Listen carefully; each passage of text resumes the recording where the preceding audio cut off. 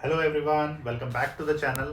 तो आज एक हम और इंटरेस्टिंग कंपनी लेके आए हैं मिड कैप कैटेगरी से, जिस कंपनी का नाम है मनोरमा इंडस्ट्रीज। सो इस वीडियो को हम 4 पार्ट में बांटेंगे। About the company, basically historical performance of the company, Q2 results and the guidance, and finally the valuation of the company.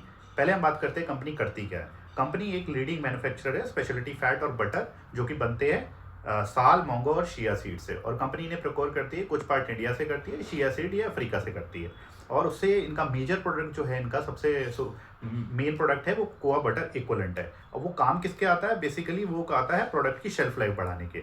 और कंपनी एक अच्छे टेलमेंट से गुजर रही है, बिकॉज इससे क्या होता है, शेल्फ लाइफ बढ़ती है। और इसकी लिमिट भी अभी कुछ समय पहले एफएसएसआई ने 5% कर दी है, right, for all the confectionery product chocolates में, राइट। तो एक कंपनी एक अच्छे टेलमेंट से गुजर रही है। कंपनी कंप्लायंस में अच्छी है, कंपनी यूएस एफडीए सर्टिफाइड है, एफएसएसआई सर्टिफाइड है, राइट, फॉर बहुत सारी फॉर्च्यून 500 कंपनीज के साथ मिलकर काम करती है। और इस इंडस्ट्री में खास बात यह है कि स्टिकी रिलेशनशिप होती है, तो आपको क्लाइंट इतनी जल्दी बदलता नहीं है। अब बात करते हैं सेकंड पार्ट की, कंपनी ने कैसी हिस्टोरिकल परफॉर्मेंस दी है। सो कंपनी का अगर FY21 से 25 का कैगर देखोगे तो रेवेन्यू 40% से ग्रो किया, which is a very remarkable thing. इसके अलावा ऑपरेटिंग लेवरेज भी मिला, एबिटा 53% और पैट 66%। सो कंपनी ने बहुत ही अच्छी परफॉर्मेंस पिछले 3-4 साल में दी है, राइट। इसके अलावा इबिटा ट्रैजेक्टरी भी इसकी बढ़ती आ रही है, 4 साल में 14 से बढ़ के 27% हो गई। पैट 8.7 से 17.2 Q2 में देखा गया। तो हर चीज में, इवन वर्किंग कैपिटल भी कंपनी रिड्यूस करती जा रही है, नेट डेट टू इक्विटी भी कंट्रोल में। सो कंपनी ने पिछले 4 सालों में हिस्टोरिकल परफॉर्मेंस कंपनी ने बहुत ही दमदार दी है।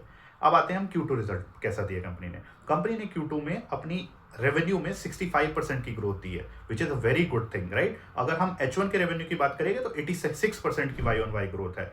एबिटा Q2 की बात करेंगे 93% ग्रोथ, एबिटा मार्जिन 27%, पैट 105% से बढ़ा है ईयर ऑन ईयर। सो हर पैमाने में कंपनी ने बहुत ही दमदार परफॉर्मेंस दी है।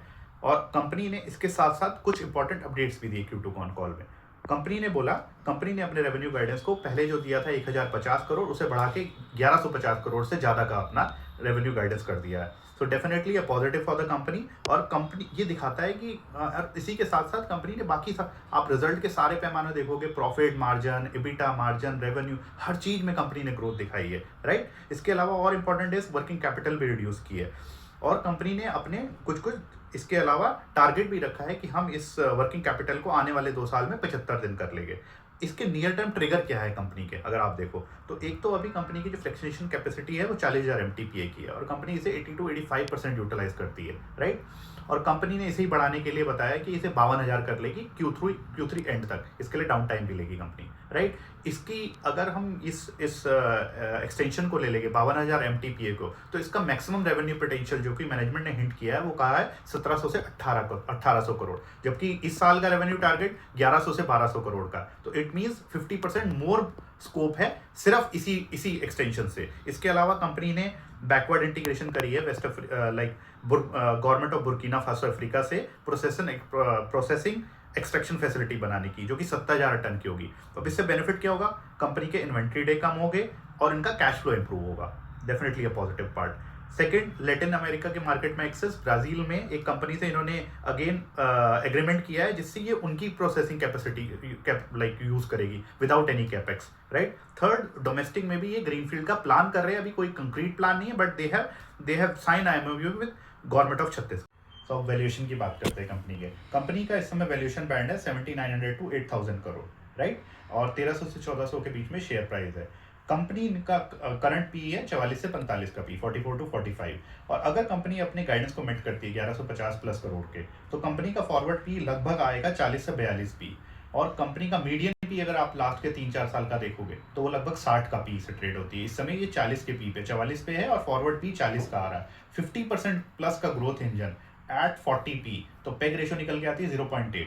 सो कंपनी डेफिनेटली एक अट्रैक्टिव वैल्यूएशन बैंड में ट्रेड कर रही है इसे as per its future trend, और ग्रोथ पोटेंशियल भी बहुत ज़्यादा है। कंपनी में 2 रिस्क फैक्टर है, एक तो ऑपरेटिंग कैश फ्लो, इसे कंसिस्टेंट बनाना पड़ेगा, बट कंपनी ने MOU जो साइन किया अफ्रीका से, उसके इसमें डेफिनेटली ये स्टेप है सही डायरेक्शन में। सेकंड, इस वैल्यूएशन बैंड को जस्टिफाई करने के लिए कंपनी को परफॉर्म करना पड़ेगा। So let's keep tracking the company in the coming quarter as well. Thank you.